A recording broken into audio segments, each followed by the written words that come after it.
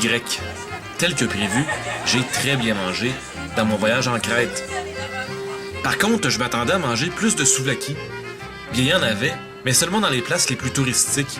Et j'ai pas vu l'ombre d'un pita pendant les 2 semaines de voyage. La fameuse salade grecque, par exemple, était omniprésente, composée de tomates, oignons, concombres, olives, feta.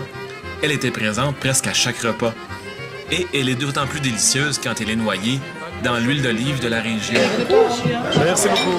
De rien. D'ailleurs, parlant d'olives, il y a des oliviers partout en Crète. Et comme l'olive est récoltée en novembre-décembre, on a pu voir des olives un peu partout. En plus de la salade, on mange ces fameuses olives en apéro, accompagnées par du feta frais. Un autre classique grec, le stadski. En Grèce, on mange ce yogourt à l'ail, surtout sur du pain. D'ailleurs, tout est frais en Crète. Le fromage, le yogourt, le poisson et les légumes qui sont récoltés quelques heures avant d'être mangés.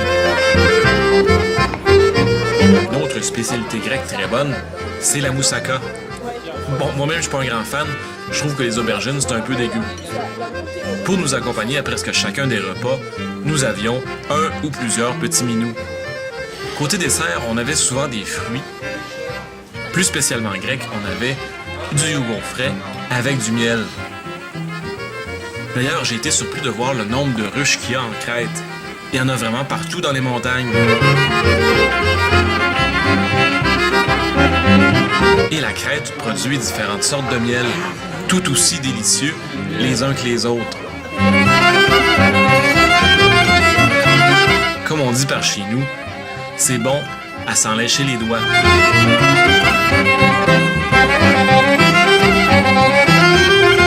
Du côté des déjeuners ou des petits-déj, comme disaient mes compagnons de voyage, on avait aussi des produits frais, comme le jus d'orange fraîchement pressé. D'ailleurs, le jus d'orange fait sûrement partie des boissons les plus bues sur l'île de Crète. Charles devait en boire au moins 3 par jour. Sinon, que dire d'autre sur la bouffe de ce voyage? Eh bien, c'est extrêmement varié. Les restos et les hôtels qui nous ont accueillis ont fait des grands efforts pour nous impressionner côté menu.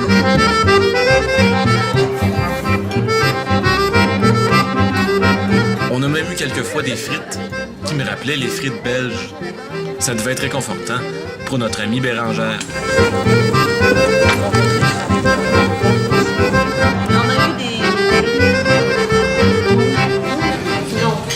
L'avantage de Didier qui mange, c'est qu'il ne parle pas.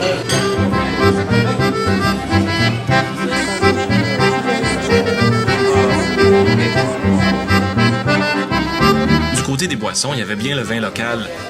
Le rouge était particulièrement liquoreux. Il me faisait penser un peu au Porto. Mais ce que j'ai bu le plus, c'est le raki. Une espèce d'alcool fort, très doux, qui se boit comme de l'eau. Pendant mes 2 semaines, j'ai dû boire autant de raki que Charles a bu de jus d'orange. Et étonnamment, j'avais jamais trop mal à la tête le lendemain.